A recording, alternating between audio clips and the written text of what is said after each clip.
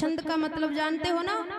हाँ, तो तुम तो ब्राह्मण कुल में पैदा हुए, कश्यप ऋषि की संतान हो, बुद्धिमान हो। बुद्धिमान व्यक्ति को कथम कश्यप दायादा पुंसल्याम मयि संगताः विश्वासम पंडितो जातु। तुम पंडित हो सब हैं, और पंडित होकर के एक स्वच्छंद स्त्री के ऊपर विश्वास कर रहे हो, जिसकी कोई जान नहीं पहचान नहीं, जिसके आगे पीछे कर्मों को कुछ जानते नहीं, स्वभाव को नहीं जानते, खाली सुंदरता में मोहित होकर के तुम विश्वास कर रहे हो और अपने जीवन का इतना बड़ा फैसला मेरे ऊपर छोड़ रहे हो। ये तुम गलत कर रहे हो। सुनो, तुम विद्वान हो इसलिए मैं कह रही हूं कि स्वच्छंद स्त्री पर और कुत्ते पर कभी विश्वास नहीं करना चाहिए, क्योंकि कुत्ता को जहाँ टुकड़ा डालते हैं ना वहीं आता है और उस मालिक के खूब लिपटता है, पर वही टुकड़ा कोई दूसरा डालने लग गया तो वो छोड़ के जाने में देर भी नहीं लगाता। तो ऐसे तुम मेरे पर विश्वास मत करो। अब तो राक्षस एक दूसरा को मुंडो देख देख सोच में पड़ गया, अरे अब मोहिनी तो खाली सुंदरी को ना तो ज्ञानी भी है, अपना हित की कितनी बढ़िया बात कर रही है। वाह मोहिनी, अब तो तुझे बिल्कुल नहीं छोड़ेंगे और ये अमृत का कलश ले और माँ को न्याय कर। मोहिनी बोली, पक्को विश्वास कर लिया? बोले हाँ चलो, तो पिला दो अमृत। बोले ये थोड़ी पिला दे, कोई कानून है? जाओ पहले नदी में नहराओ सारा का सारा, और आज व्रत कर जो। राक्षस नहावा चल गया। मोहिनी ने अपनी माया के द्वारा एक सुंदर बड़े सारे भवन का निर्माण किया। अब मोहिनी बोली, देवताओं को भी बुलाऊंगी, उन्होंने मेहनत की है। राक्षस बोला, तू कहीं भी कर ले पर मान छोड़ मत जा बस। अब देवता ने देवता आ गए, इधर राक्षस आ गए। एक बड़ा सारा भवन में देवताओं को बिठा दिया एक लाइन में, और एक लाइन में राक्षसों को बिठा दिया। दोनों तरफ लाइनें लग गई। बीच में मोहिनी अमृत को कलश ले और नृत्य करवा लगी। अब मोहिनी नाचती नाचती, अब देवता तो आकर्षित है कौन? देवता तो आकर्षित है नहीं, क्योंकि वो बुद्धिमान है, जानते हैं पराई स्त्री है, कितनी सुंदर है, होगी अपनी जगह, हम क्यों देखें? तो देवता आकर्षित नहीं है। लेकिन राक्षस, कोई तो भी पगई पगन देकर, कोई चोटिन देकर, कोई भी की आंखें देकर, कोई साड़ीन देकर, बेहोश में कौन? देवता आराम से बैठे।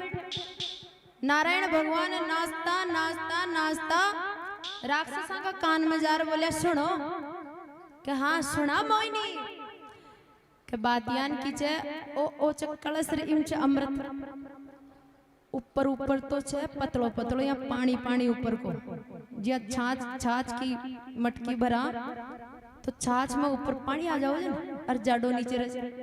तो ये अमृत का कलश में जो असली अमृत है वो तो पिंदा में जाडो जाडो और ऊपर जब पानी पानी। तो तुम विरोध मत करना, मैं पहले स्टार्टिंग देवताओं से करूंगी, उनको ऊपर ऊपर का पतला पतला पिला दूंगी, फिर असली में तुमको पिलाऊंगी। अब तो राक्षस और प्रसन्न है गया। मोहिनी की जय हो, मोहिनी की। अब मोहिनी नाचवा लगी, नाचती नाचती नाचती स्टार्ट करी देवताओं को पिलाना। एक फर क्यों दे दे, फिर जा रही एक देवता ने पिला दे, फिर नाच ले रे एक देवता ने पिला दे। आ नाच रही क्यों चाहे? राक्षसा का मन ने खेच रही एक जगह आंख बड़ी। भाई आंख को मन एक क्षण के लिए भी ठालोगे ने तो उत्पाद आओ लो, फिर तो उत्पाद आता ही विरोध कर ला। तो नृत्य कर रही है और पिला रही है। देवता ने पिलाता पिलाता सारा देवता पी लिया। लास्ट में चंद्रदेव और सूर्य देव बैठे थे। उन राक्षसों में एक स्वर भानु नाम का असुर था, वो बड़ा चालाक था। उसके समझ में आ गई भाई दाल में कालो रे जे, हाँ हमारे साथ गद्दारी हो रही है, ये कोई मोहिनी वोहिनी नहीं लग रही है, मुझे छलिया कपटी विष्णु लग रहा है, ये कृष्ण है। तो उसने देवता का रूप धारण किया और देवता का रूप बनाकर सूरज और चंद्रमा के बीच में आकर बैठ गया। और मोहिनी जी पिलाती पिलाती आई तो वो भी यहाँ हाथ कर दियो और मोहिनी भी का हाथ में भी डालता ही वो अमृत ने ग्रहण कर लियो। सूरज और चंद्रमा ने पतो चाल गयो। सूर्य और चंद्रमा ने विरोध किया, प्रभु प्रभु प्रभु ये राक्षस है, राक्षस है। अब तो मोहिनी की जगह 4 भुजानाथ प्रकट हो गए। 4 भुजानाथ प्रकट है तो राक्षस तो हक्का का बक्का ही रह गया। और भगवान ने सुदर्शन चक्र छोड़ा। जो वो राक्षस अमृत पी गया था ना सुरभानु, उसकी गर्दन के आर पार सुदर्शन चक्र निकल गया। अब उसकी गर्दन एक साइड होगी, धड़ एक साइड है क्यों, लेकिन वो मरा नहीं, अमर हो गया। क्यों? क्योंकि उसके मुंह में अमृत जा चुका था। अब क्या करें? फिर भगवान ने उससे कहा कि तू छ तो राक्षस और तार में गुण भी राक्षस का ही रहला, लेकिन अमृत पी गयो ने और सुदर्शन चक्र भी अड़ गयो थारे। तो ई वास्ते ग्रह नक्षत्रों में, ग्रह नक्षत्र देवताओं की सीटां है, लेकिन देवताओं के पद पर मैं तुझे भी बिठाता हूँ। इसलिए जो वो माथा था वो तो बन गया राहु, और जो शरीर था वो बन गया केतु। तो राहु और केतु को ग्रह नक्षत्र मंडल में भगवान नारायण ने स्थान दे दिया। अब महाराज सूर्य और चंद्रमा ने विरोध किया था, इसलिए राहु सूर्य और चंद्रमा का दुश्मन है। तो वो मौका देखता है और जिया ही मौको मिले से तो वो सूर्य और चंद्रमा पर चाल तो ही टूट पड़े जाए। तो जिस दिन राहु खाने के लिए दौड़ता है चंद्रमा को, तो नजदीक जाता है तो राहु छे कालो, केतु भी कालो छे, तो भी की छाया पड़ जाए जब चंद्रमा पर, तो उस दिन चंद्र ग्रहण हो जाता है। और जिस दिन ग्रहण होता है ना तो पूरे संसार में अंधेरा छा जाता है। सूरज को भी खाने के लिए दौड़ता है, तो उस दिन सूर्य ग्रहण को भी सूरज का तेज ही ऐसे हो जाता है जैसे फुल लाइट की जगह डिम लाइट आओ जाए। ब्याह जाओ जब सूरज ग्रहण कभी होए ना तो देखना। तो राहु ग्रसित करने के लिए दौड़ता है, लेकिन इस सूरज और चंद्रमा को राहु को खाने नहीं देता है। कौन? भगवान का सुदर्शन चक्र इसको फिर भगा देता है। तो थोड़ी देर तो इसका प्रभाव रहता है, लेकिन आखिर में ये खा नहीं पाता है। तो इस प्रकार से देवता और असुरों के साथ में समुद्र मंथन हुआ और ऐसे अमृत पिलाया। देवता अमृत पान किए, फिर असुर देवताओं में फिर लड़ाई हुई। अब की बार अमृत पीर देवता जीत गया। देवता जीत गया तो राजा बलि को क्रोध आया और राजा बलि ने एक यज्ञ किया पूरे विश्व को जीतने का। विश्व जीत नाम का यज्ञ किया। उस यज्ञ में सफल हुआ और हवन कुंड में से एक रथ प्रकट हुआ, एक ध्वजा प्रकट हुई, 4 घोड़े प्रकट हुए और गुरु शुक्राचार्य ने आशीर्वाद दिया। तो महाराज वो दिव्य हवन कुंड की प्रकट शक्तियों को धारण करके उस रथ पर बैठकर, अब ये यज्ञ विश्वजीत नाम का यज्ञ है, तो ये यज्ञ सफल होगा तो विश्व को तो जीतना ही जीतना है। राजा बलि ने तीसरी बार फिर आक्रमण किया। अब की बार देवताओं को भगाकर देवराज इंद्र की गद्दी छीन ली राजा बलि ने। अब बलि ने गद्दी छीनी तो देवता फिर बेचारा भटक्या फरे। देवताओं की माता अदिति, उसको बड़ी चिंता हुई और वो उसने एक तपस्या की व्रत किया, पयोव्रत। विष्णु भगवान का व्रत होता है पयोव्रत। ये वैशाख के महीने में शुक्ल पक्ष में 12 दिन तक किया जाता है, दूध पी करके, और उसमें विष्णु भगवान की आराधना की जाती है। तो देवताओं की माता अदिति अपने बेटाओं को अपना घर बार वापस दिलाने के लिए नारायण भगवान का तपस्या की 12 दिन तक। 12 दिन का वो व्रत सफल हुआ। नारायण ने दर्शन दिया और अदिति माता ने कहा कि प्रभु मेरी संतान की बेटाओं की रक्षा करनी है, इनकी धन संपत्ति वापस मिलनी चाहिए बलि से। नारायण भगवान ने कहा ठीक है माँ, मैं बेटा बन के आऊंगा और तुम्हारा बेटाओं की घर संपत्ति वापस दिलाऊंगा। तो फिर 9 महीने के बाद स्वयं भगवान नारायण कश्यप ऋषि के आश्रम पर अदिति माता के पुत्र बनकर के प्रकट हुए वामन के रूप में। बोल वामन भगवान की, वैकुंठनाथ की हरि बोल, हरि बोल, हरि बोल, हरि बोल, हरि बोल, हरि बोल। जय जय श्री राधे। श्याम। अब वामन भगवान प्रकट होते सारा ऋषि समाज एकत्रित हो गया। सब ऋषि वामन भगवान का जनेऊ संस्कार करने लगे और स्वागत करने लगे, और जनेऊ संस्कार पर सब अपने अपने भेंट लेकर आए। स्वागतम ते नमस्तुभ्यं ब्रह्मन् किं करवाम ते, तं वटुं वामनं दृष्ट्वा मोदमाना महर्षये, कर्माणि कारयामासु पुरस्कृत्य प्रजापति। सविता देवता आया, सविता यानी सूर्य, उसने वामन भगवान को गायत्री मंत्र का उपदेश दिया। गायत्री मंत्र का संबंध सूर्य से होता है।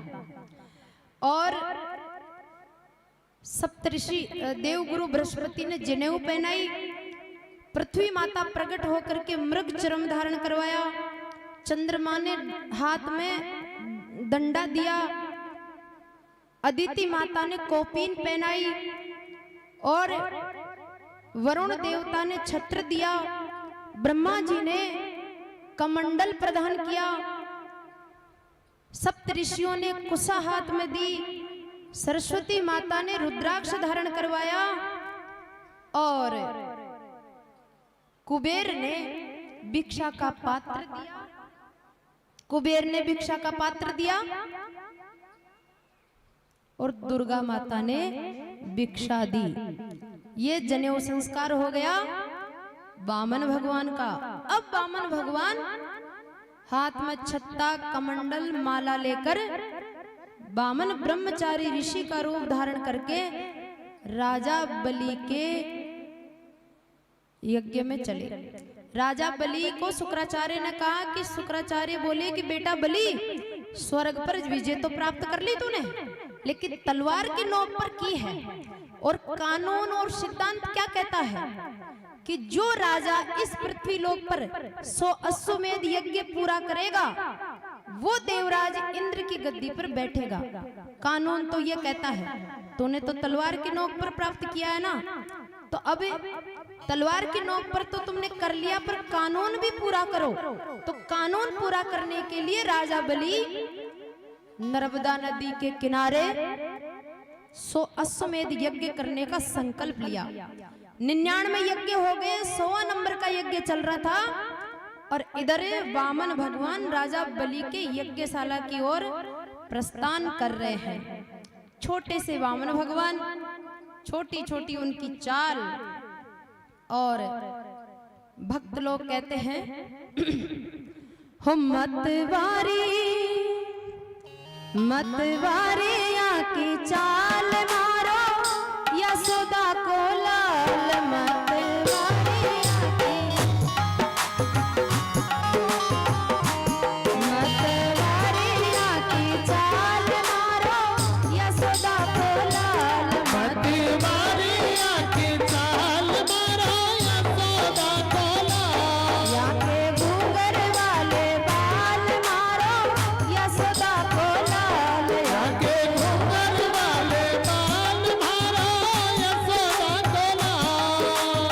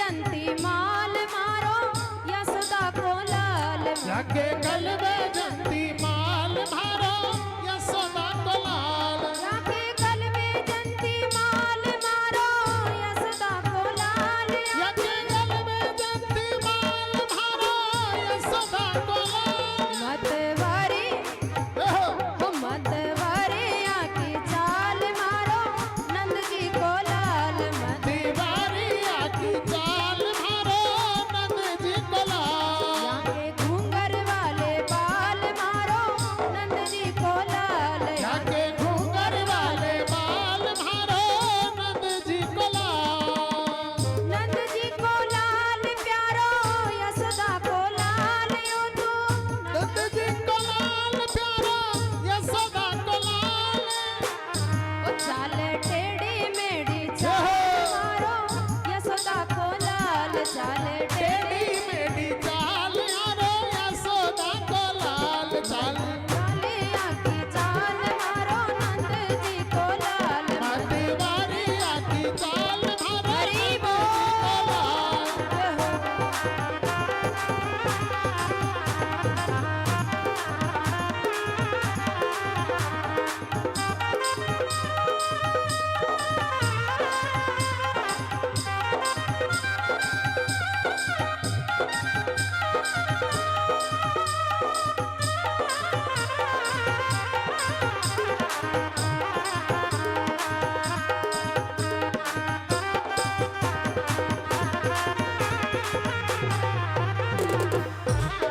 चाले टेढ़ी मेढ़ी चाल मारो यशोदा रो लाल चाल टेढ़ी मेढ़ी चाल मारो यशोदा को लाल होया के घूंगर वाले बाल मारो यशोदा को लाल जाके घूंगर वाले बाल प्यारो यशोदा को वो लाल चाले तेरी मेरी चाल मारो यशोदा को लाल चाले टेढ़ी मेढ़ी चाल प्यारो यशोदा को लाल ये आके घूंगर वाले बाल मारो यशोदा रो लाल आके घूंगर वाले बाल मारो यशोदा को लाल वो मारो यशोदा रो लाल मारो यशोदा रो लाल ये मारो यशोदा रो लाल ये मारो यशोदा रो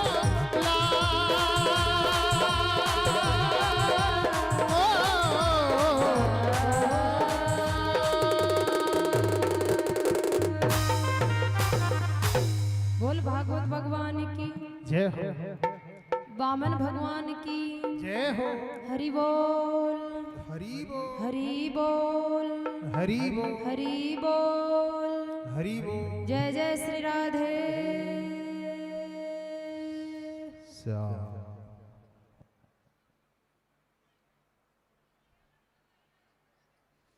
भगवान वामन है भृगु कच्छ नाम के स्थान पर राजा बलि का 100वां नंबर का ये अश्वमेध यज्ञ चल रहा है। वामन भगवान पहुंच गए, राजा बलि ने स्वागत किया। राजा बलि देख रहे हैं ये दिखने में छोटा सा ऋषि कुमार दिख रहा है, पर इसमें तेज कितना है। तो बलि ने स्वागत किया, स्वागतम ते नमस्तुभ्यम ब्रह्मन् किम करवाम ते, स्वागतम ते नमस्तुभ्यं ब्रह्मन् किम करवाम ते। ब्रह्म ऋषीणां तपसाक्षात् मन्ये त्वारे वपुर्धर्म। राजा बलि कहता है, महाराज मैं आपको नमस्कार करता हूँ, बार बार दंडवत करता हूँ। जय हो, भला पधार्या, स्वागत है आपका। महाराज मुझे आपको देखने से ऐसे लग रहा है कि इस धरती पर जितना भी ऋषि मुनि है ना, ब्रह्म ऋषि, ऋषि भी कौन सा, ब्रह्म ऋषि, जो ब्रह्म को परिपूर्ण प्राप्त होकर ब्रह्म में स्थित रहते हैं, ऐसे ब्रह्म ऋषियों की, समस्त ब्रह्म ऋषियों की सारी तपस्या एक जगह होकर मूर्ति रूप धारण करके मेरे सामने आ गई। मुझे ऐसा फील हो रहा है आपको देखने से। बामन भगवान मनी मन सोचा बेटा पहचान तो गयो, क्योंकि जितना भी ऋषि मुनियों को जितना भी तेज है ना, जो शक्ति है ज्ञान की, भक्ति की, आनंद की, वो सब मेरे से ही तो जाती है। तो सही बोला है। अब राजा बलि फिर कहता है, अध्ययन पितरस्त्रप्ता अध्ययन पावितम कुलम अद्य स्विष्ट कर्तूर्यम यद भवानागतो ग्रहान। राजा बलि वामन भगवान को ऊंचे सिंहासन पर बिठा दिया, नीचे एक परात रखी, वामन भगवान का चरण धोया, चरणामृत लिया और राजा बलि कह रहा है भाव में विभोर होके कि महाराज मुझे ऐसे लग रहा है कि मेरे तो कई कई पीढ़ी के पितरों का उद्धार हो गया आज आपके चरण धोने से, दर्शन करने से मेरा वंश पवित्र हो गया। ये जो यज्ञ चल रहा है ना, मुझे ऐसे लग रहा है कि इस यज्ञ का फल खुद ही मेरे घर आ गया आज। और बात भी सही है, राजा बलि जो भी कह रहा है वो सही कह रहा है, क्योंकि यज्ञ का फल भगवान ही तो है। अरे यज्ञ करने से भगवान प्रसन्न नहीं हुए तो बेकार, फिर भक्ति का, तपस्या का, ज्ञान का, सबका फल भगवान है। तो राजा बलि कहता है पितृ तृप्त हो गए, वंश पवित्र हो गया, यज्ञ सफल हो गया, ये आंगन तीर्थ बन गया, मेरे हाथ पवित्र हो गए, ये धरती माता पवित्र हो गई। अब बताओ महाराज मैं आपको क्या दूं? बोलो आपको क्या चाहिए? गाय माता चाहिए तो गाय दे दूं, दूध दे बड़े, एक नहीं तो 2 दे दूं, 3 दे दूं, 4 दे दूं, 10 दे दूं, 100 दे दूं, 1000 दे दूं। बोलो कितनी गाया चाहिए? बामन भगवान ना ढलाया, बोले नहीं, मैं तपस्या करूला, भजन करूला कि गया चलाऊला ना, तो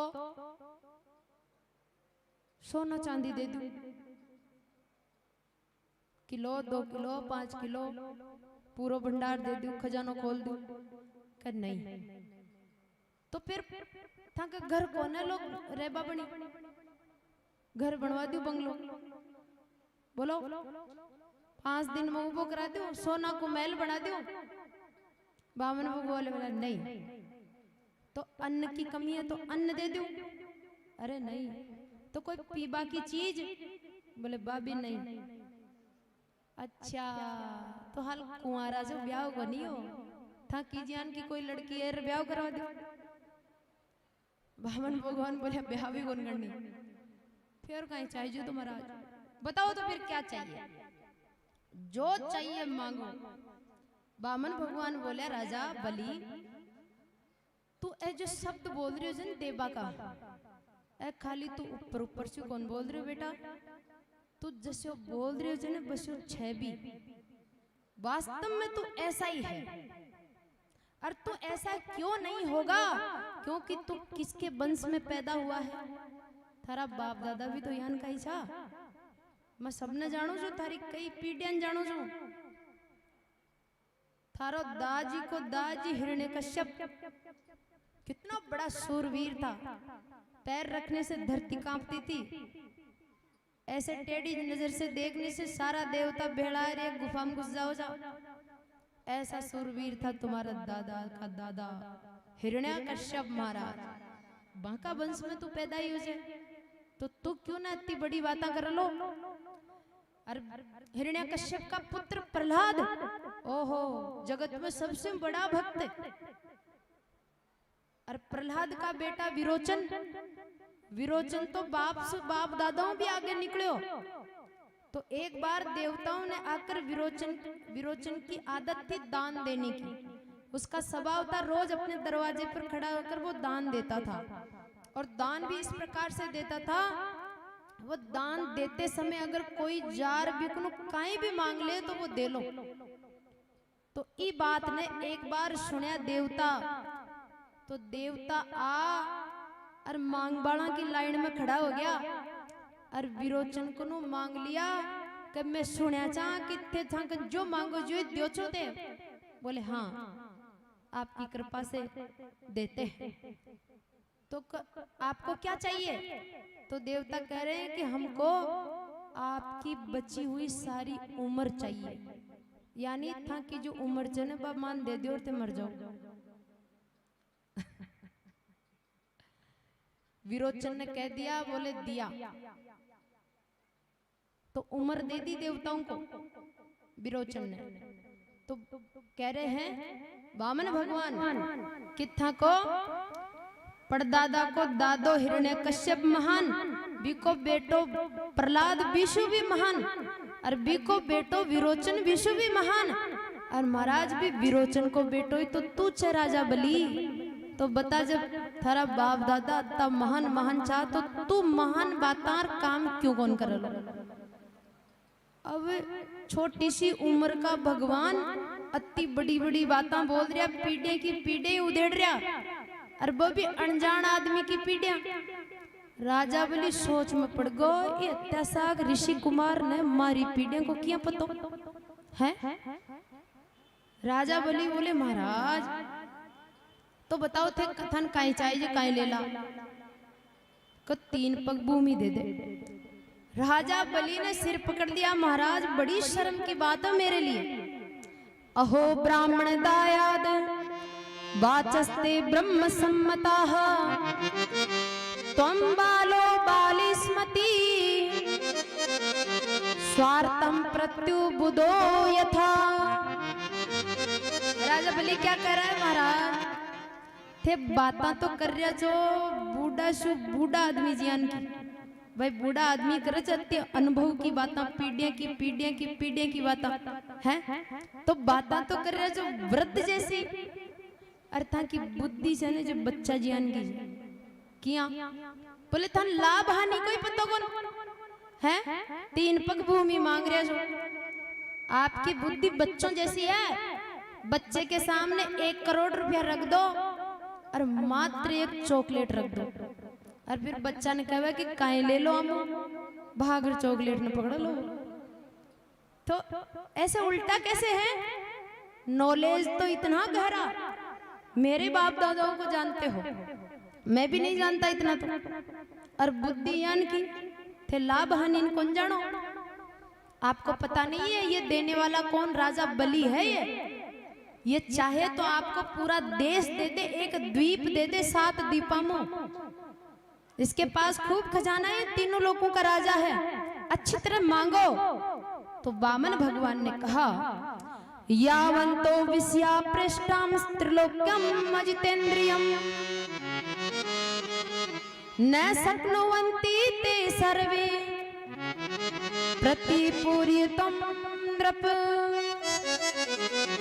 हे राजन, जिस आदमी की मन बुद्धि इंद्रियां बस में नहीं है, जिसकी आत्मा तृप्त नहीं है, जिसके घट में संतोष नहीं है, उस व्यक्ति को तुम दुनिया की पूरी संपत्ति, पूरा सुख दे दो, पूरा भोग दे दो, तो भी उसकी भूख नहीं मिटेगी।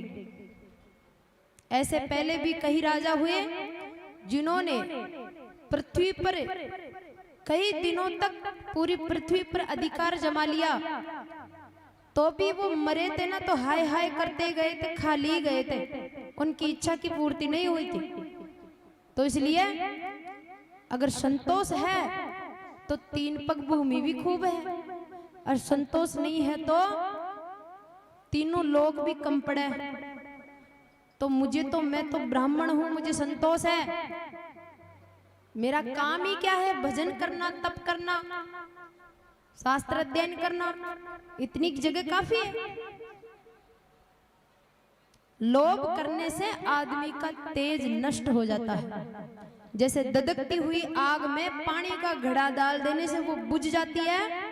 वामन भगवान कह रहे हैं ऐसे ही लोभ करने से आदमी की इज्जत, तेज, प्रभाव भस्म हो जाता है। तो मुझे नहीं चाहिए। संतोष मोक्ष का दरवाजा है, असंतोष तृष्णा नरक का दरवाजा है। वामन भगवान ने खूब सारा ज्ञान सुनाया। सदा रहे संतोष में धर्म आप दृढ़ धार, आशा एक गुरुदेव की और न चित विचार कबीरा, और न चित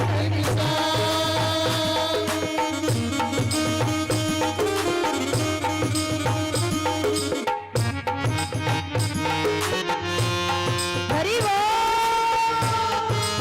जय हो।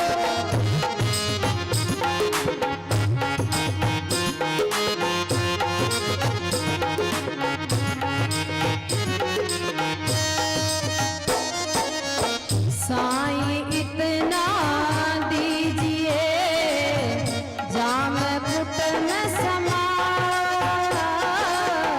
साईं इतना दीजिए जामे कुटुंब समा, मैं भी भूखा ना रहूं साधु न भूखा जाए कबीरा, साधन भूखा जा। हरि बोल, जय हो।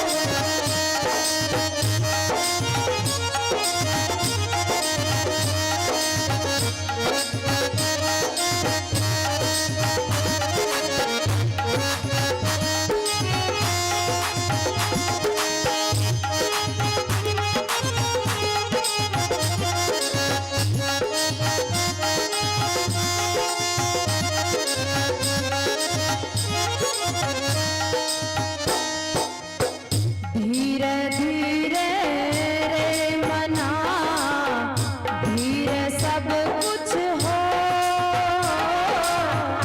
धीरे धीरे रे मना धीरे सब कुछ हो, माली सींचे सो घड़ा, ऋतु आया फल होए कबीरा ऋतु आया फल हो। सावरिया सरकार की जय हो। हरि बोल।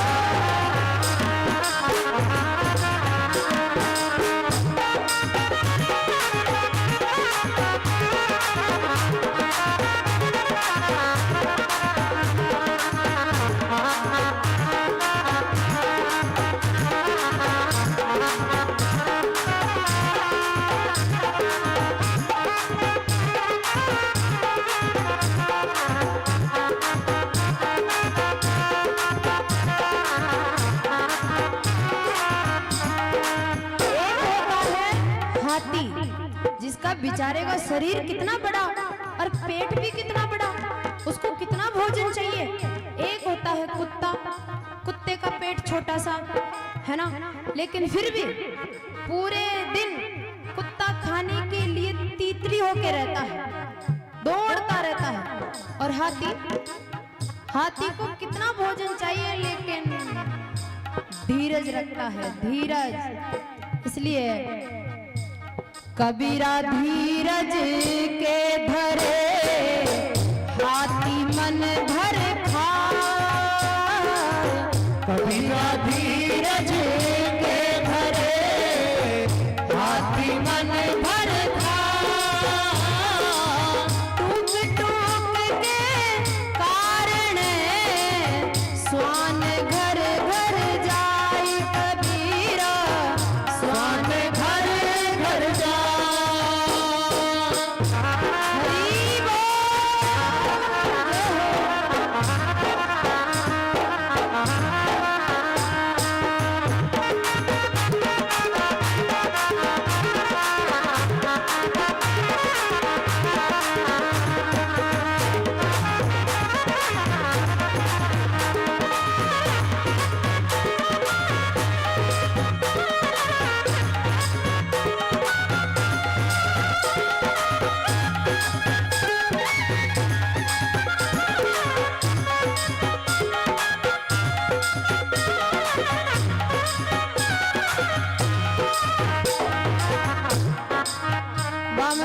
कहते हैं, उधर कबीरदास जी भी कह रहे हैं, काम क्रोध मद लोभ की घट में लागी खान।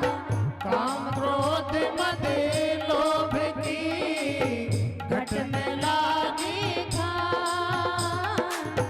कबीरा मूरख पंडिता दोनों एक समान। कबीरा दोनों एक समान। भागवत भगवान की हरि बोल।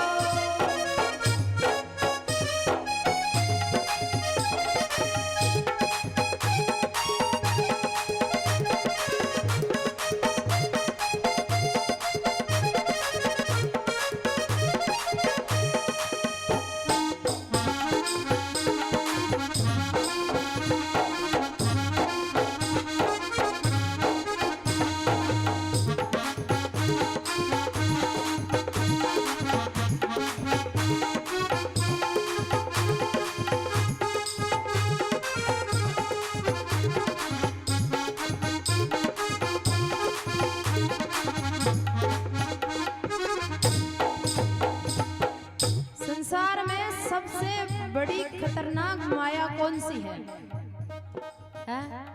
परिवार को छोड़ना आसान, धन संपत्ति छोड़ना आसान, लेकिन सम्मान छोड़ना बड़ा मुश्किल। आदमी धन छोड़ देगा, परिवार छोड़ देगा, लेकिन बात जब सम्मान पर आती है ना, जड़ करके भस्म हो जाएगा, राख हो जाएगा। सम्मान नहीं छोड़ सकता। सम्मान सबसे बड़ी माया। माया तजी तो क्या भया, मान तजा नहीं जा। माया तजी तो क्या भया, मान तजा नहीं जा। मान बड़े मुनिवर गले, मान सबको खाई। कबीरा मान सबको खा। हरि बोल।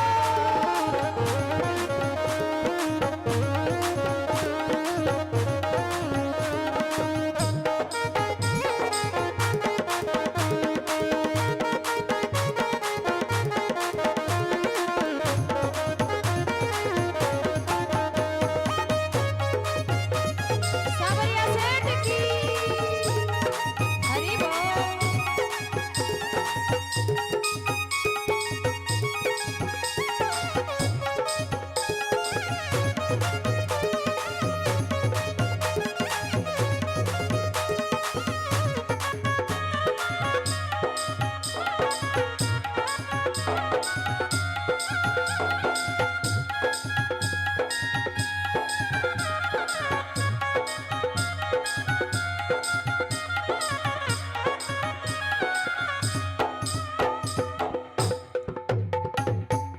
बोल श्याम सुंदर भगवान की जय हो।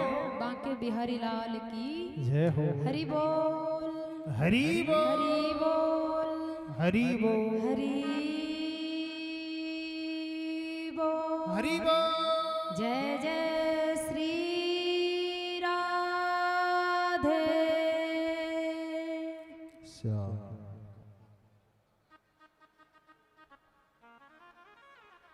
बामन भगवान कहते भैया, मुझे एक जगह बैठ करके पूरी जिंदगी तपस्या करना है, उसके लिए मुझे 3 पग भूमि चाहिए। तू तो लाख की करोड़पति है लो, पर विश्व मन का ही मतलब, इसलिए मुझे जितना चाहिए उतना दे दे। राजा बलि कहता है महाराज ढंसू मांगो। बोले मांग लिया। अब राजा बलि वचन देते हैं कि प्रभु ठीक है, आपकी इच्छा, चलो 3 पग भूमि नापो भाई। बलि कहता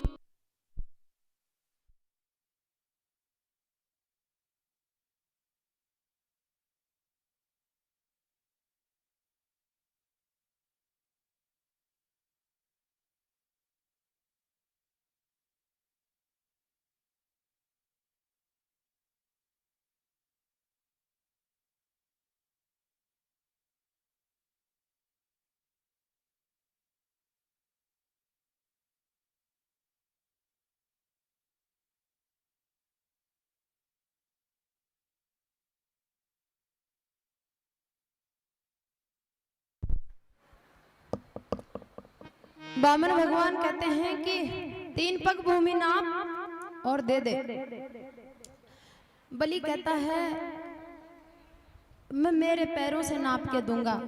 वामन भगवान ने बोला ना, मैं मेरे ही पैरों से नापूंगा। बलि फिर सोचा महाराज था पग तो देखो पहले, 1 पाउंडा में 1 फुट भी कोना है। 3 पाउंडा तो कम से कम मारा पगो नाप लिया बदो। वामन भगवान कहना मेरे ही पगों से नापो। चलो तो भाई नापो कर दियो। चलो मैं थाने वचन दे दियो कि 3 पग भूमि का दान दियो। वामन भगवान बोले ये क्या दियो, काल ना बदल जाओ तो रजिस्ट्री करो, नाम कराओ, मेरे साइन करो। जत्यार ने साइन करवा को नाम लेता ही शुक्राचार्य जी बलि का कान में आर किया कि सुन रुक जा, साइन मत कर देना। गुरुजी क्यों ना, साइन नहीं करना है। क्यों नहीं करना? बोले तू जानता नहीं ये कौन है? मैं जान गया इसको, ये कौन है। ऐसवे रोचने साक्षात भगवान विष्णु रव्य कश्यपादि तेरे जातो देवा नाम कार्य साधक। ये अदिति का बेटा है कश्यप ऋषि का। ये दिखने में ही कश्यप ऋषि अदिति का बेटा है, बाकी ये विष्णु भगवान है, नारायण है। और ये तेरी पूरी ये देवताओं का काम बनाने के लिए छल करके आया है यहाँ। और अभी 3 पग भूमि कौन सी, 2 पग में सब ले जाएगा ये। तेरे पास कुछ नहीं बचेगा, मैं पहले बता देता हूँ। मैं पहचान गया ये विष्णु है, नारायण है, ये भगवान है। इसलिए राजा बलि बोला तो क्या करूं महाराज? बोले मना कर दे कि हमने तो देने वेने का नाम ही नहीं लिया। हाँ, और देना है तो ढंग से दे। शुक्राचार्य जी कह रहे हैं बार तारो सारो ही ले जा लो, खाबान रोटी न रेली, मेलबान पग मेलबान जगह न रेली। ऐसा दान भी किस काम का जो पीछे अपने जीवन का निर्वाह के लिए कुछ ना बचे। ऐसा दान शोभनीय नहीं है। इंसान को अपनी कमाई को 5 जगह बांटना चाहिए, शुक्राचार्य जी कह रहे। पहला हिस्सा 5 हिस्सा कर दे। पहला हिस्सा तो धर्म में लगा हुआ, दूसरा हिस्सा यश प्राप्ति करने के कार्यों में लगा हुआ, तीसरा हिस्सा बैंक में डाल दे जिससे धन बढ़िया जाए, तीसरा हिस्सा धन वृद्धि के लिए इकट्ठा किया जाए, चौथा हिस्सा अपने खुद के भोगों के उपयोग में लेना चाहिए आवश्यक चीज के लिए, और 5वां हिस्सा अपने परिवार, रिश्तेदार, सगे संबंधी इन पर खर्च करना चाहिए। तो सारा को सारो ही इन दे दे लो, बारो ले जाई, फिर बाकी का काम क्या कर लो। तो इसलिए मना कर दे कि हमने तो देने का नाम भी नहीं लिया। हाँ, हम नहीं देंगे 3 पग भूमि, और कोई चीज मांग लो आप। शुक्राचार्य जी कह रहे हैं बलि से, तो बलि कह रहा है कि गुरुजी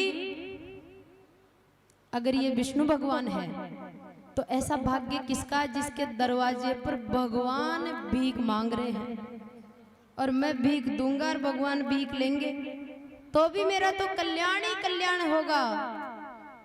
और अगर ये ब्राह्मण होगा, कोई ऋषि का बेटा होगा, तो 3 पग ना पर ले जाए, बार मारो कहीं गटसी। तो दोनों हाथों में लड्डू है। इसलिए थे गुरुजी जो था की बाता सिरमौर च मेरे लिए, लेकिन आ बात तो पल्ला कौन पड़े मारे, ये आज्ञा को पालन में कौन कर सकूं गुरुजी। आप भगवान को देने के लिए रोक रहे हो, ये बात मैं कदा भी नहीं मानूंगा। गुरुजी तो रूस गए, अजी तो झूठ किया। गुरुजी कह रहे तो झूठ बोलते काहे होगो, कहते भाई मैं तो कौन दिया मगन दे वाले बन छई कौन, तो झूठ बोल दो। पहले तो मैं वचन दे दियो कि मैं देऊंला 3 पग भूमि, और अब पाछो बदल जाऊं, झूठ बोल दो, पाप लगेगा ना झूठ बोलने से। शुक्राचार्य जी कहते हैं सुन, मैं हूं कवि, मैं ज्ञानी हूं, गुरु हूं तेरा, और कई जगह यान की रजे झूठ बोल बसु पाप कौन लगे कड। तो शुक्राचार्य जी बता रहे हैं सबसे पहली जगह अपनी पत्नी के पास झूठ बोल देना चाहिए। क्यों? क्योंकि औरत के हृदय में हर बात रुकती नहीं है। तो कई बातें ऐसी होती है जो पत्नी को बताने से घर में हानि हो जावे, परिवार में हानि हो जावे, कलेश आ जावे, बारह ओपन हो जाए बात। तो इसलिए हर बात नहीं, कभी कभी कोई जरूरी बात, जो ऐसी बात हो जो यहाँ बताने से प्रॉब्लम खड़ी हो सकती है, तो वो बात नहीं बतानी चाहिए और झूठ बोल देना चाहिए। जब भी की जगह पत्नी से झूठ बोल दे।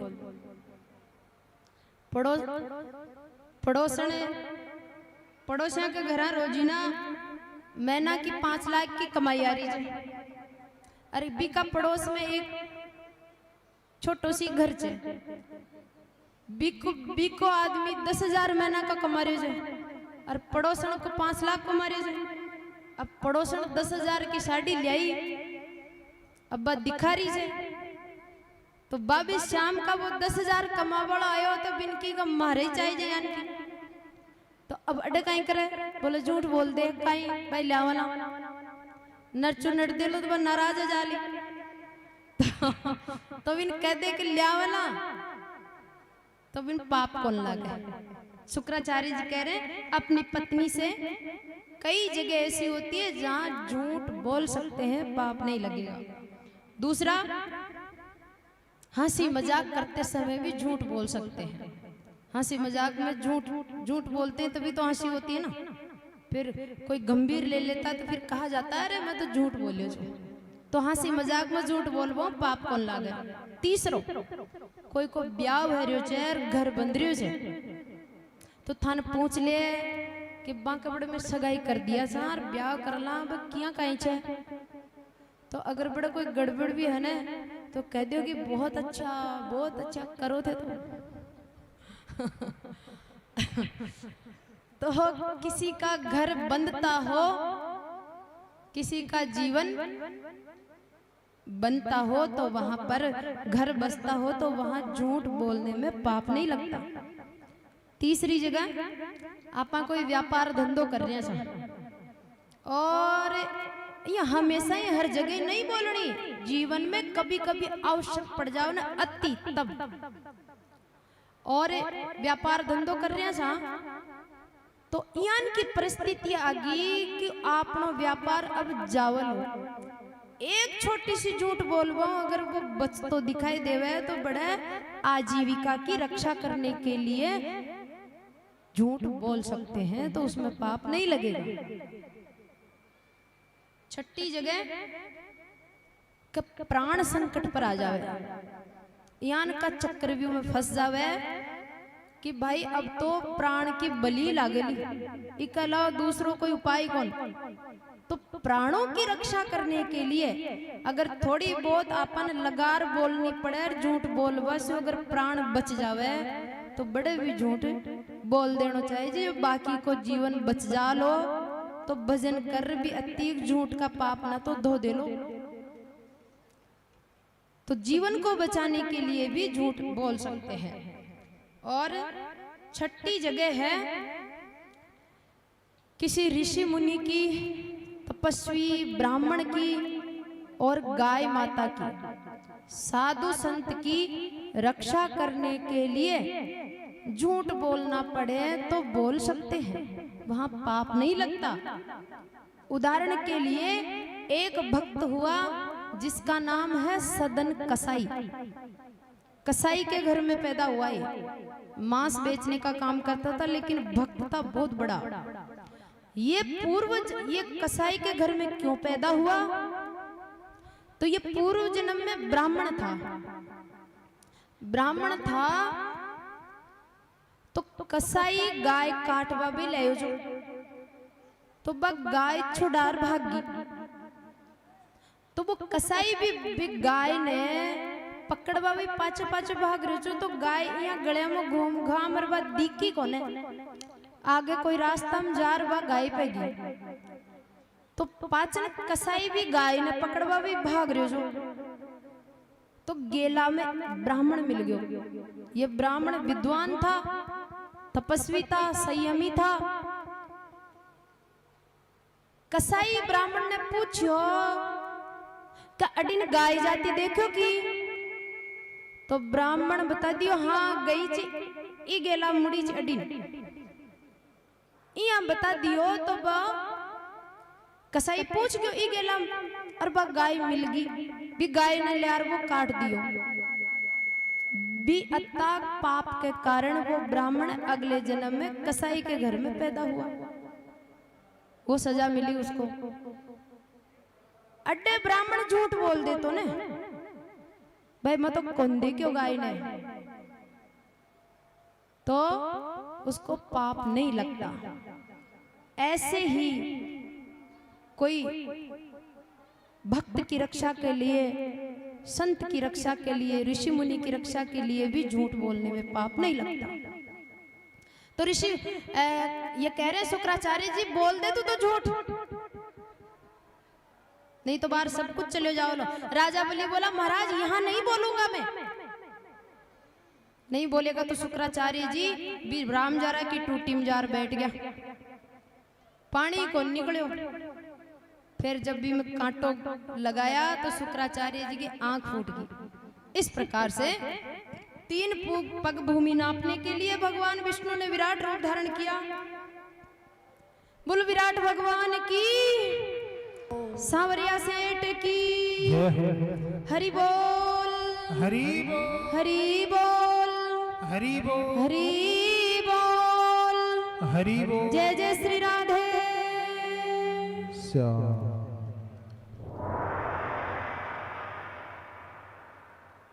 दो पग में सब कुछ नाप लिया। तीसरा चरण राजा बलि के सिर पर रखा।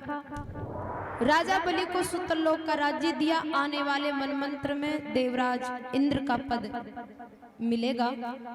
इस प्रकार से भगवान और बलि की कथा को नमन करते हुए आगे 90वें स्कंद में प्रवेश करते हैं। यहाँ मत्स्य भगवान की भी कथा आती है। 9वें स्कंद में सूर्य वंश और चंद्रवंश का वर्णन है। तो पहले सूर्य वंश, सूर्य बड़ा है, सूर्य पहले आया था संसार में, फिर चंद्रमा आया है। तो सूर्य वंश की उत्पत्ति कहां से हुई?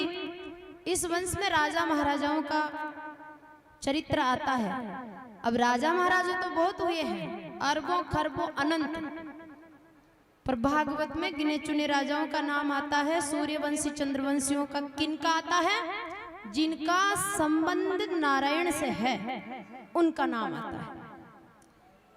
तो इसलिए सूर्यवंश की उत्पत्ति कहां से हुई?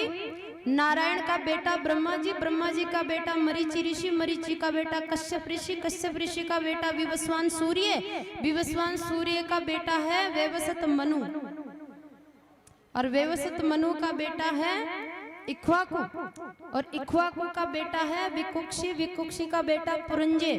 इन सब का संबंध भगवान से है। इनका संबंध, सभी का चरित्र जगत के लिए हितकारी, कल्याणकारी और महान है, प्रेरणादायक है। चरित्र तो सुना नहीं सकते क्योंकि समय नहीं है। पुरंजे का बेटा योनास हुआ, योनासु का बेटा मानधाता हुआ, मानधाता का वंश में मुचकुंद हुआ, और मुचकुंद के वंश में सत्यव्रत का नाम का राजा हुआ। त्रिशंकु भी इसको कहा जाता है। त्रिशंकु के वंश में आगे जाके हरिश्चंद्र हुआ, हरिश्चंद्र का बेटा रोहित हुआ, रोहित का बेटा बाहुक हुआ, और बाहुक का बेटा सगर हुआ, और सगर का बेटा असमंजस, असमंजस का बेटा अंशुमान, अंशुमान का बेटा दिलीप हुआ, और दिलीप का बेटा भागीरथ हुआ। और भागीरथ के वंश में एक महान राजा हुए खटवांग। खटवांग युद्ध लड़ाई करते करते भजन करके मुक्त हो गया, युद्ध भूमि में मुक्ति प्राप्त कर ली। शरीर से लड़ रहा था, मन से भगवान का चिंतन कर रहा था। खटवांग का बेटा हुआ दीर्घबाहु, दीर्घबाहु का बेटा रघु, और रघु का बेटा हुआ प्रतुसर्वा, और प्रतुसर्वा का बेटा हुआ अज, और अज का बेटा हुआ दशरथ जी महाराज। दशरथ जी के संतान नहीं हुई। श्रृंगी ऋषि को बुला करके यज्ञ करवाया, यज्ञ की प्रसादी तीनों रानियों को खिलाई और समय आने पर भगवान वासुदेव हरि 4 रूपों में प्रकट हुए। राम लक्ष्मण भरत और शत्रुघ्न। बोले सियावर रामचंद्र भगवान की जय हो, चारों भैयन की जय हो, अयोध्या नाथ की जय हो, हरि बोल, हरि बोल, हरि बोल, हरि बोल, हरि बोल। हरि बोल। जय जय श्री राधे।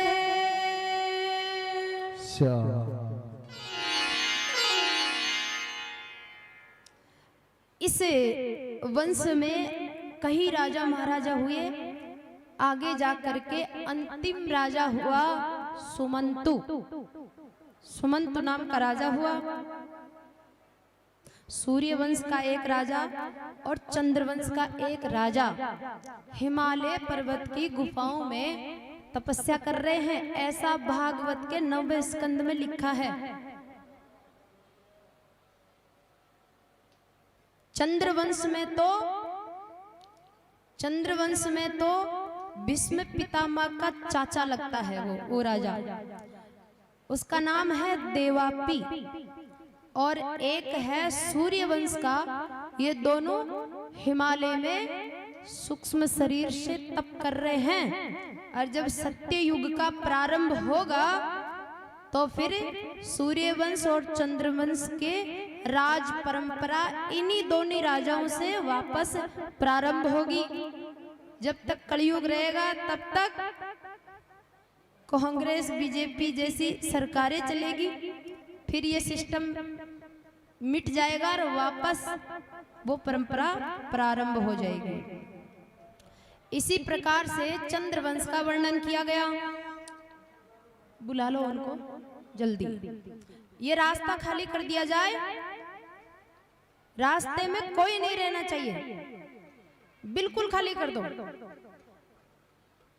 और अब कृष्ण भगवान का अवतार होगा तो सभी से निवेदन है अपनी अपनी जगह शांति से बैठे रहेंगे, कोई खड़ा नहीं होगा।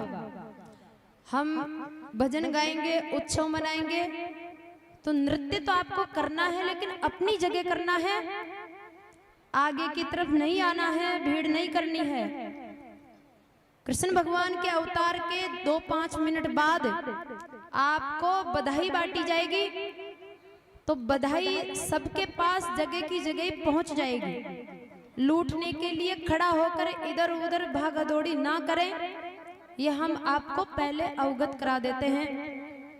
तो इस बात का ध्यान रखें, शांति बनाए रखने में सहयोग दें। रास्ते में से सब दूर हो जाएं। चंद्रवंश में, सूर्यवंश में राम जी का अवतार हुआ, चंद्रवंश में कृष्णचंद्र जी का अवतार हुआ। तो महाराज नारायण का पुत्र ब्रह्मा, ब्रह्मा का अत्रि, अत्रि का चंद्रमा, चंद्रमा का बेटा बुद्ध हुआ, बुद्ध का बेटा पुरुरवा हुआ और पुरुरवा का बेटा 6 बेटा हुए। इन 6 बेटाओं के वंश में आगे जाकर के नहुस राजा हुए। नहुस के वंश में ययाति राजा हुए। ययाति राजा बड़े महान थे, यशस्वी। उनके भी 5 बेटा हुए। 5 में से एक का नाम था यदु। यदु का द्वापर में जाकर के यदुवंश में बाहुक नाम के राजा हुए। बाहुक राजा के 2 पुत्र हुए, देवक, उग्रसेन। देवक पहले उनको लाते ना नंद यशोदा को, नहीं वो तो कृष्ण भगवान आ रहे पहले। अच्छा तो जल्दी से ले आओ। तो देवक और उग्रसेन, देवक के 7 बेटियां थी जिनमें सबसे छोटी थी देवकी। उग्रसेन के 9 बेटा थे जिनमें सबसे छोटे कंस थे। कंस एक राक्षस का पुत्र है। देवकी का ब्याह वसुदेव जी के साथ में हुआ। कंस अपनी बहन को ससुराल पहुंचाने जा रहा था तो रास्ते में आकाशवाणी हुई और आकाशवाणी ने कहा कि अरे कंस, तू जिसको लेके जा रहा है रथ में बैठा के, उसी का 8वां बालक तेरा काल होगा। इसको थोड़ा यहां लगाओ, सबको दिखे। इधर लगा लो। हाँ नहीं, इस सरकाने की जरूरत नहीं है। तो कंस ने देवकी वसुदेव को जेल में बंद कर दिया। उनको भी ले आने दो। देवकी के 6 पुत्र हुए। कंस ने बुरी तरह से मार डाला। 7वीं बार बलराम जी आए और कुछ दिन रह करके रोहिणी जी के गर्भ में चले गए।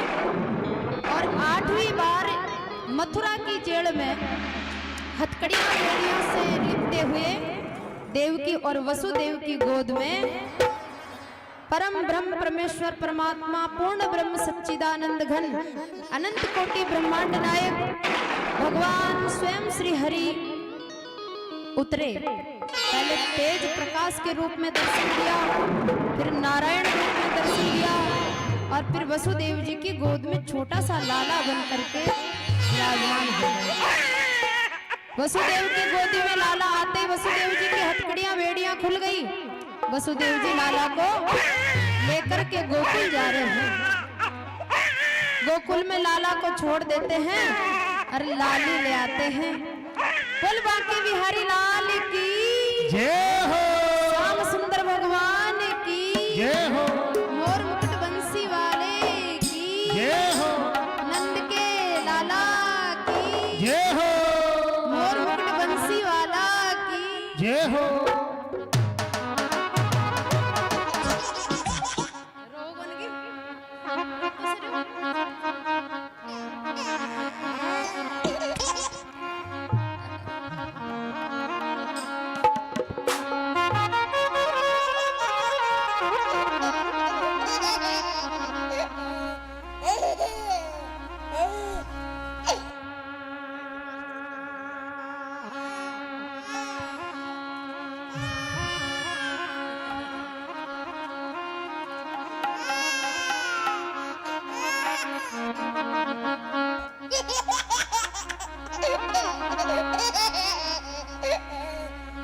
अब देखो टोपी मिठाई कहाँ है? बाकी की कहाँ है? बाकी की मिठाइयाँ सबको पीछे पीछे भेजो 3-4 जनों को और 3-4 जने बीच में, पुरुषों के बीच में 2 और 2 माताओं के बीच में और 2-3 जने आगे। पीछे 3-4 जने जाएंगे क्योंकि पीछे वालों के कम आती है, आगे वालों के ज्यादा आती है। और हम भजन गाएंगे, फिर इशारा करेंगे ना, तब उछालना है। हाथ से कोई किसी को नहीं बांटेगा, हाथ से नहीं बांटना है, उछालना है। अभी नहीं, हम यहाँ से उछालेंगे ना 5 मिनट बाद, तब तो सभी जाकर अपने अपनी जगह सेट हो जाए ताकि पूरी प्रजा के हाथ में बधाई आ जाए। बोल बांके बिहारी लाल की जय हो, सावरी सरकार की जय हो, नंद के लाला की जय हो, और मुकुट बंसी वाला की जय हो, हरि बोल। हरि बोल। हे नंद घर आनंद भयो, जय कन्हैया लाल की। ओ नंद घर आनंद भयो, जय कन्हैया लाल की। हे नंद घर आनंद भयो, जय कन्हैया लाल की। ओ नंद घर आनंद भयो, जय कन्हैया लाल की। ओ हाथी घोड़ा पाल की, जय कन्हैया लाल की, हाथी घोड़ा पाल की। जय कन्हैया लाल की। हे नंद घर आनंद भयो, जय कन्हैया लाल की। ओ नंद घर आनंद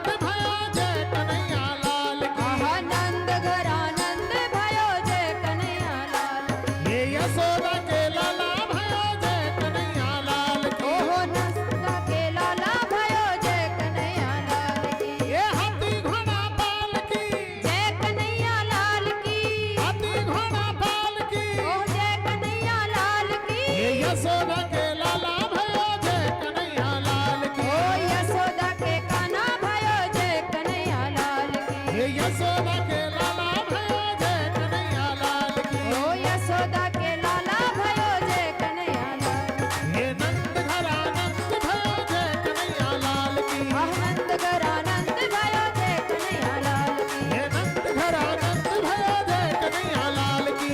नंद के लाला की जय हो।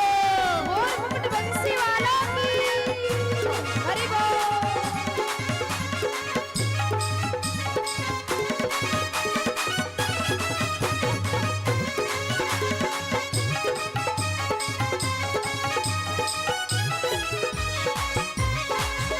अरे वेदन में सुन आई हो मैं यमुना पे सुन आई। मैं वेदन वेदन में सुन आई मैं यमुना पे सुन आई। हो यशोदा जायो लालना। मैं वेदन में सुन हरि आई बोल। यशोदा जायो ललना। मैं वेदन में सुन आई। पंचुली हरि लाल की जय हो। हरि बोल।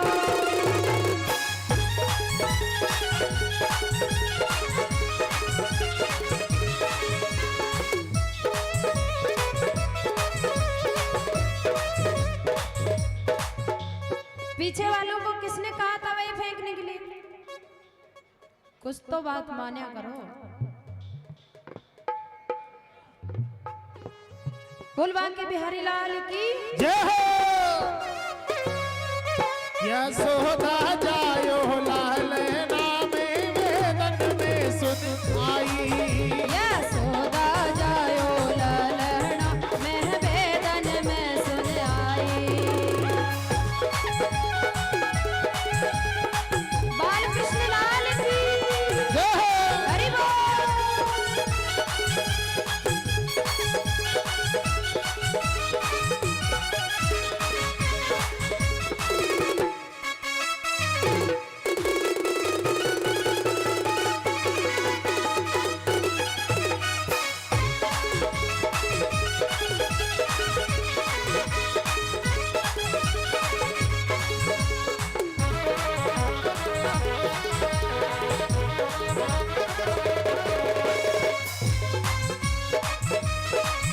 अरे मथुरा में हरि जन्म लियो। एक मिनट, ये जो पीछे फेंक रहे हैं ना, वो उधर खोने वालों के पास एक भी नहीं जा रहा है। 2-3 धामा लेके उस खोना में जाएंगे। सबके आनी चाहिए ना प्रसादी। अब मथुरा में हरि जन्म लियो है। मथुरा में हरि जन्म लियो है। मथुरा में हरि जन्म लियो है। गोकुल में गोकुल में झूले पलना। जय हो। गोकुल में सुन आई। हो गोकुल में झूले पालना। में जमुना पे सुन आई।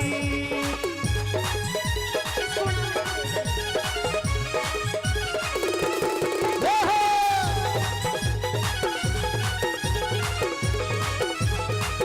श्याम सुंदर गोपाल की हरि बोल।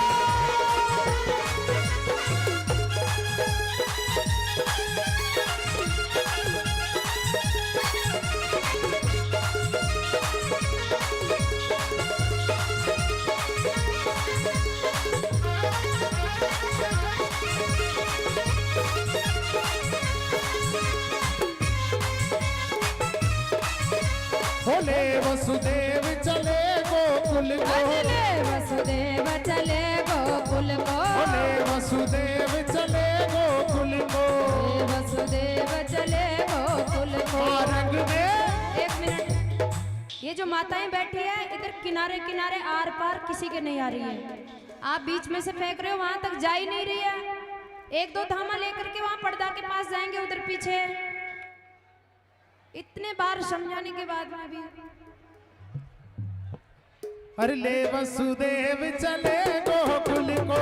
ले वसुदेव चले गोकुल को। वो मार्ग में मिल गई मैं गोकुल में सुन आई। वो मार्ग में मिल गई यमुना में। गोकुल में सुन आई। गोकुल में सुन आई मैं यमुना पे सुन आई। गोकुल में सुन आई। हो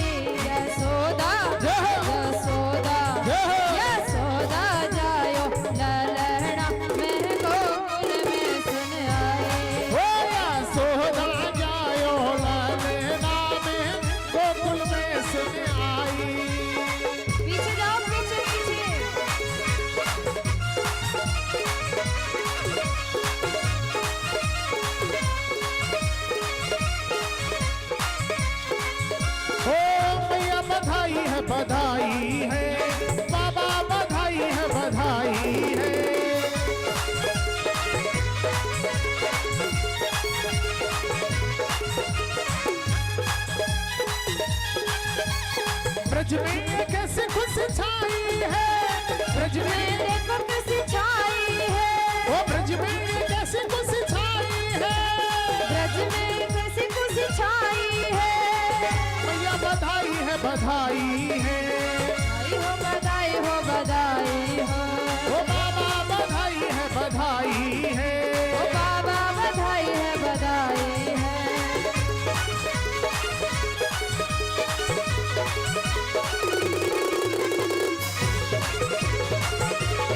नंद के लाला की जय हो। हरि बोल।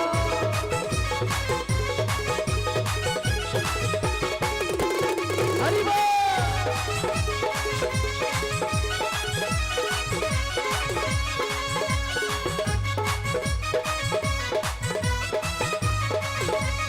यशोदा के हुयो नंदलाल बधाई सारा भगता ने, यशोदा के हुयो नंदलाल बधाई सारा भगता ने, बधाई सारा भगता ने, बधाई सारा भगता ने, बधाई सारा भगता ने, बधाई सारा भगता ने।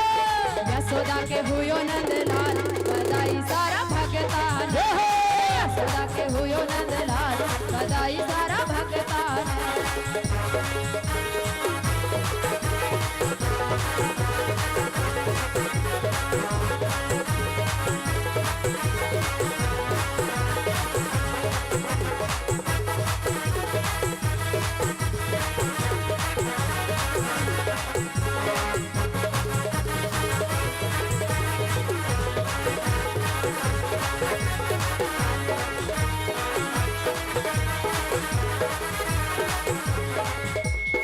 भी लास्ट का खुणम ले लो, लास्ट का खुणम बड़े एक कभी को नहीं, लास्ट का खुणम माताओं की तरफ। आगे तो बहुत हो गई, अब पीछे ले जाओ, जान नहीं आई।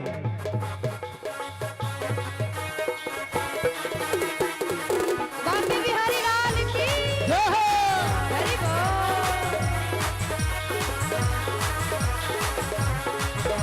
अरे तेरा ये लाला प्यारा है भैया, तेरा ये लाला प्यारा है भैया। ये तो आया आधी रात, इसकी बड़ी अनोखी बात, ये तो आया आधी रात, इसकी बड़ी अनोखी बात। तेरा ये लाला प्यारा है भैया, तेरा ये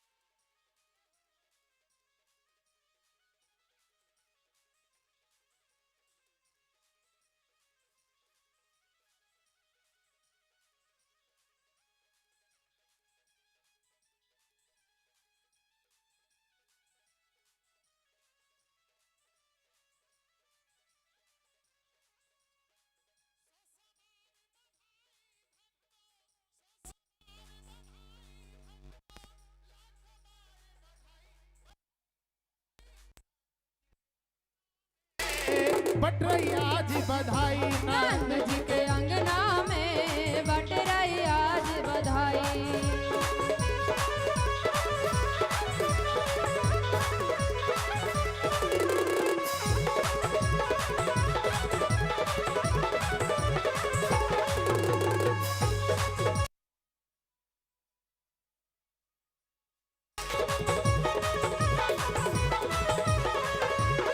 यशोदा के हुयो नंदलाल बधाई सारा भगताने।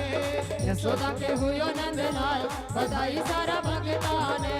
यशोदा के हुयो नंदलाल बधाई सारा भगताने। बधाई सारा भगताने। बधाई सारा भगताने। बधाई सारा भगताने।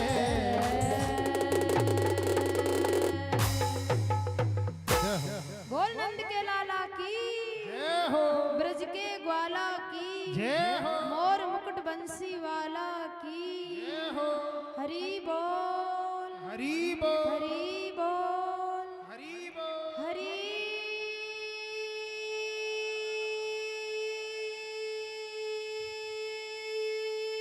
बोल। हरि बोल। जय जय श्री राधे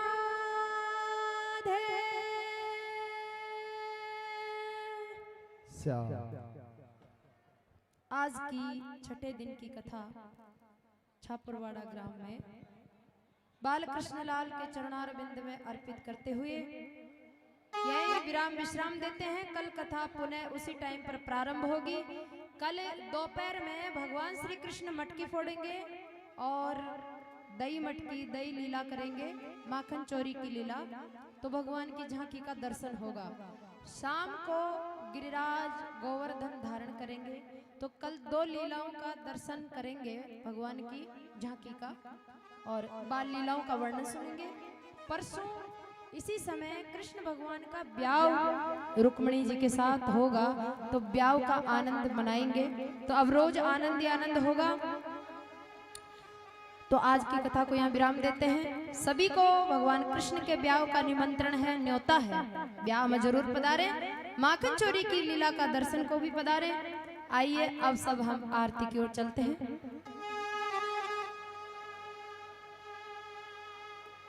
जय श्री राधे। थोड़ा जगह बना के खड़े रहे आप लोग। जो रस्सी आपके लिए बांधी गई थी भाई आपको इससे आगे नहीं आना है। फिर भी आप लोग आगे हो, कोई बात नहीं। उस समय उत्सव में थे आप, अब आरती के समय पीछे हो जाए। आरती के समय पीछे हो जाए आप लोग, थोड़े साइड में हो जाए भैया। हाँ ये छोड़ दीजिए, बात का काम है, बात का काम है, छोड़ दीजिए। आरती के लिए भगवान जी ड्यूटी आगे पधारे साहब जोड़े सहित।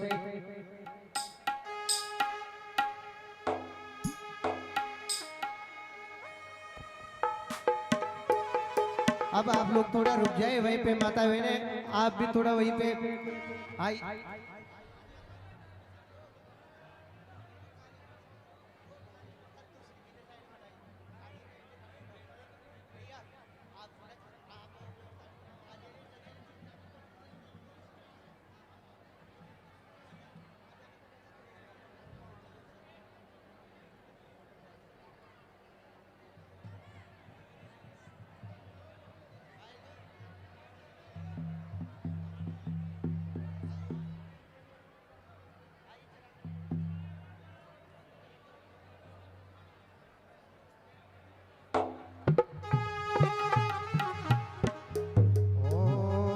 ज्वालामालिनी नमः गंधादिभिः संपूज्य। ओम कर्पूर गौरव कर्णावतारम संसार सारम भुजगेन्द्रहारम सदा वसंतम हृदयारविंदे भवं भवानी सहितं नमामि। भवं भवानी सहितं नमामि। आरती बाल कृष्ण की कीजे, अपनों जन्म सफल कर लीजे। आरती बाल कृष्ण की कीजे, अपनों जन्म सफल कर लीजे। श्री यशोदा को परम दुलारो, श्री यशोदा को परम दुलारो। बाबा की अखियन को तारो,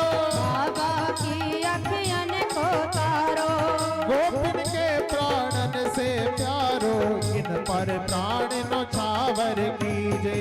आरती बाल कृष्ण की कीजे, अपनो जन्म सफल कर लीजे। आरती बाल कृष्ण की कीजे, अपनो जन्म सफल कर लीजे। आरती बाल कृष्ण की कीजे, अपनो जन्म सफल कर लीजे।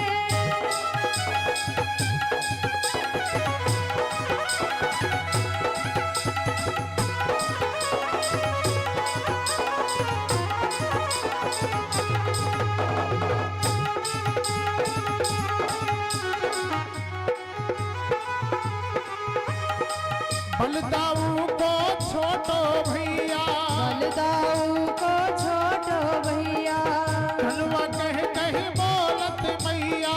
कलवा कही बोलत मैया। प्रेम मुदित मन लेत भलैया, ये छवि नैनन में भर लीजे। आरती बाल कृष्ण की कीजे, अपनो जन्म सफल कर लीजे।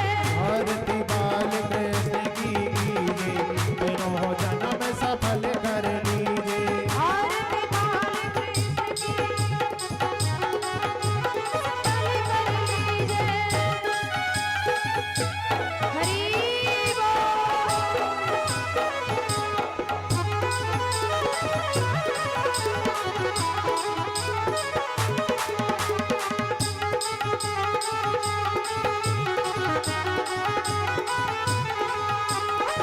तोतरी बोलत मधुर सुहावे, करी बोलत मधुर सुहावे। सखन माध खेलत सुख पावे। सखन मद खेलत सुख पावे। सोई सुकृति जो इनको धावे, अब इनको अपनो कर लीजे। आरती बाल कृष्ण की कीजे, अपनो जन्म सफल कर लीजे। आरती बाल कृष्ण की कीजे, अपनो जन्म सफल कर लीजे। आरती बाल कृष्ण की कीजे, अपनो जन्म सफल कर लीजे। हरि बोल।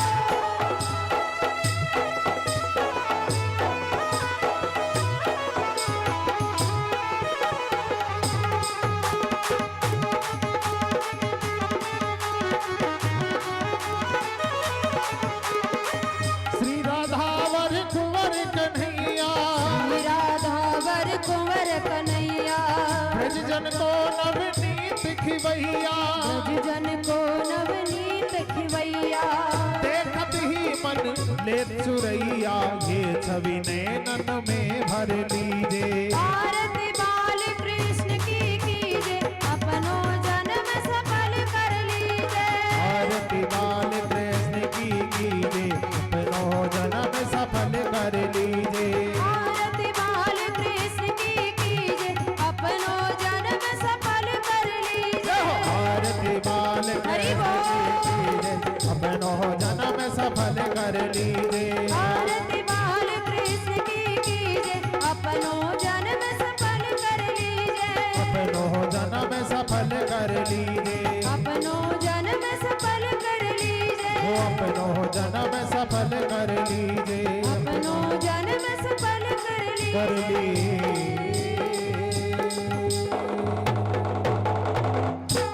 जलेन शीतलीकरणं वा ओम देवो शान्तिरन्तरि जगन् शान्ति पृथिवी शान्तिरापः शान्तिरोगदया शान्ति वनस्पतयः शान्तिर्विश्वे देवा शान्ति ब्रह्म शान्ति सर्वगुण शान्ति शान्तिरेव शान्ति सामा शान्तिरेदे आरातिकं दर्शयितस्तु वृक्षालय मन्त्रपुष्पाञ्जलिं वा ओम यज्ञेन यज्ञमय जन्त देवास्तानि धर्माणि प्रथमान्यासन्ना तेहन तन्महिमानः सचन्त यत्र पूर्वे साध्या सन्ति देवाः ओम एकदन्ताय विद्महे वक्रतुण्डाय धीमहि तन्नो दन्ति प्रचोदयात् ओम